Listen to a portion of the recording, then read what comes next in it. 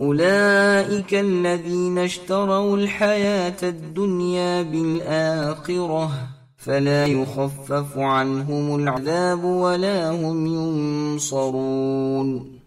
ولقد آتينا موسى الكتاب وقفينا من بعده بالرسل وآتينا عيسى ابن مريم البينات وأيدناه بروح القدس أفكلما جاءكم رسول بما لا تهوى أنفسكم استكبرتم ففريقا كذبتم وفريقا تقتلون.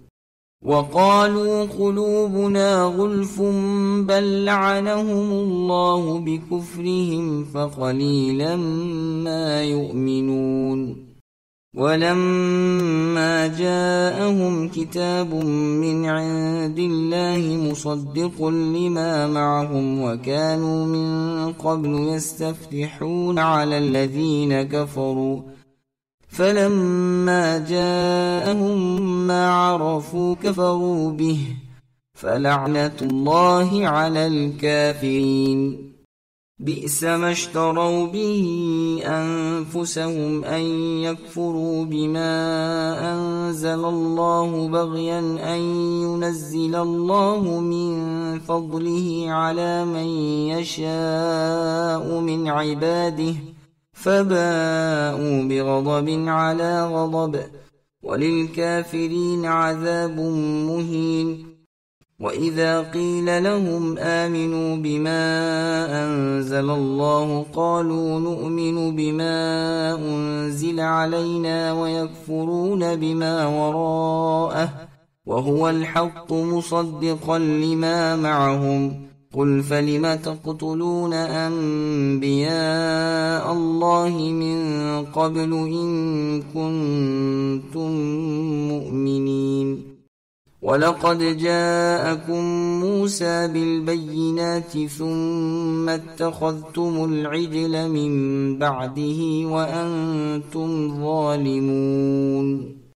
وإذ أخذنا ميثاقكم ورفعنا فوقكم الطور خذوا ما آتيناكم بقوة واسمعوا قالوا سمعنا وعصينا وأشربوا في قلوبهم العجل بكفرهم قل بئس ما يأمركم به إيمانكم إن كنتم مؤمنين. قل إن كانت لكم الدار الآخرة عند الله خالصة من دون الناس فتمنوا الموت إن كنتم صادقين ولن يتمنوه أبدا بما قدمت أيديهم والله عليم بالظالمين. ولتجدنهم أحرص الناس على حياة ومن الذين أشركوا يود أحدهم لو يعمر 1000 سنة وما هو بمزحزحه من العذاب أن يعمر والله بصير بما يعملون.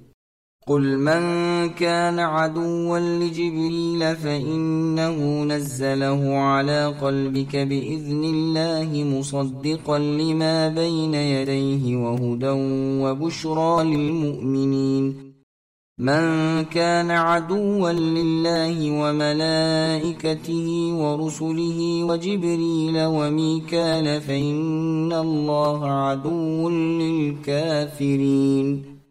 ولقد أنزلنا إليك آيات بينات وما يكفر بها إلا الفاسقون أوكلما عاهدوا عهدا نبذه فريق منهم بل أكثرهم لا يؤمنون.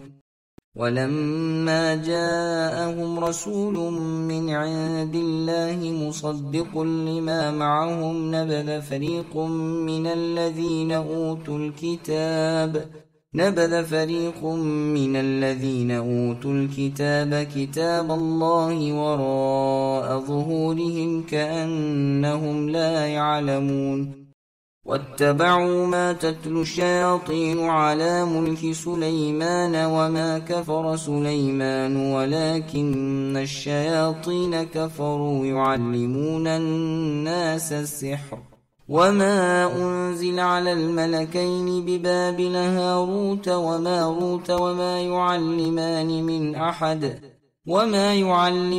من أحد حتى يقولا إنما نحن فتنة فلا تكفر فيتعلمون منهما ما يفرقون به بين المرء وزوجه وما هم بضارين به من أحد إلا بإذن الله ويتعلمون ما يضرهم ولا ينفعهم ولقد علموا لمن اشتراه ما له في الآخرة من خلاق ولبئس ما شروا به أنفسهم لو كانوا يعلمون ولو أنهم آمنوا واتقوا لمثوبة من عند الله خير لو كانوا يعلمون.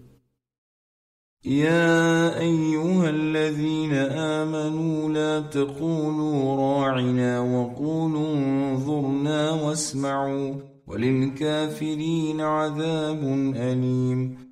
ما يود الذين كفروا من أهل الكتاب ولا المشركين أن ينزل عليكم من خير من ربكم والله يختص برحمته من يشاء والله ذو الفضل العظيم. ما ننسخ من آية أو ننسها نأت بخير منها أو مثلها ألم تعلم أن الله على كل شيء قدير ألم تعلم أن الله له ملك السماوات والأرض وما لكم من دون الله من ولي ولا نصير أم تريدون أن تسألوا رسولكم كما سئل موسى من قبل ومن يتبدل الكفر بالإيمان فقد ضل سواء السبيل ود كثير من أهل الكتاب لو يردونكم من بعد إيمانكم كفارا حسدا من عند أنفسهم من بعد ما تبين لهم الحق فاعفوا واصفحوا حتى يأتي الله بأمره إن الله على كل شيء قدير.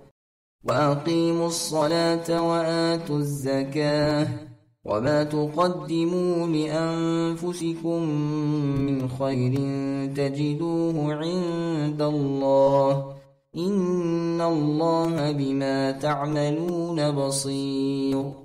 وقالوا لن يدخل الجنة إلا من كان هودا أو نصارى تلك أمانيهم قل هاتوا برهانكم إن كنتم صادقين بلى من أسلم وجهه لله وهو محسن فله أجره عند ربه ولا خوف عليهم ولا هم يحزنون.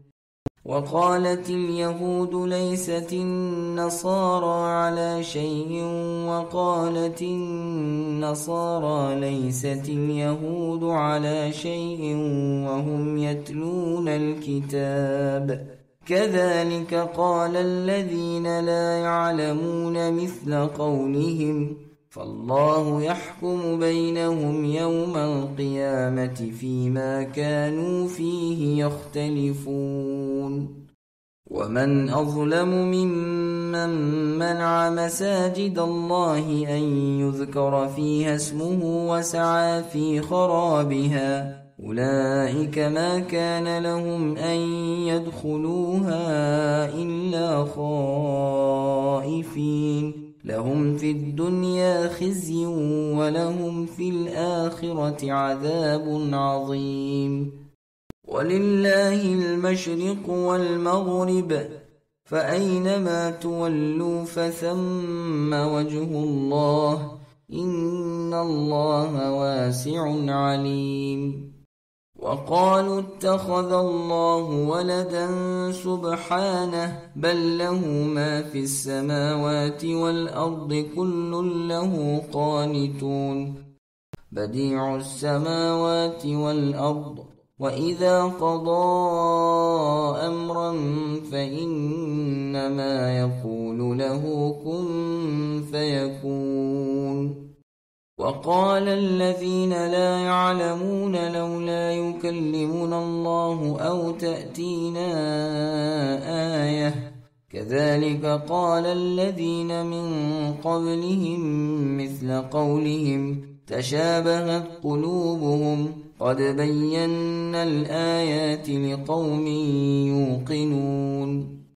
إنا أرسلناك بالحق بشيرا ونذيرا ولا تسأل عن أصحاب الجحيم. ولن ترضى عنك اليهود ولا النصارى حتى تتبع ملتهم قل إن هدى الله هو الهدى ولئن اتبعت أهواءهم بعد الذي جاءك من العلم ما لك من الله من ولي ولا نصير. الذين آتيناهم الكتاب يتلونه حق تلاوته أولئك يؤمنون به ومن يكفر به فأولئك هم الخاسرون. يا بني إسرائيل اذكروا نعمتي التي أنعمت عليكم وأني فضلتكم على العالمين واتقوا يوما لا تجزي نفس عن نفس شيئا ولا يقبل منها عدل ولا تنفعها شفاعة ولا هم ينصرون. وإذ ابتلى إبراهيم ربه بكلمات فأتمهن قال إني جاعلك للناس إماما قال ومن ذريتي قال لا ينال عهد الظالمين. وإذ جعلنا البيت مثابة للناس وأمنا واتخذوا من مقام إبراهيم مصلى وعهدنا إلى إبراهيم وإسماعيل أن طهرا بيتي للطائفين والعاكفين والركع السجود.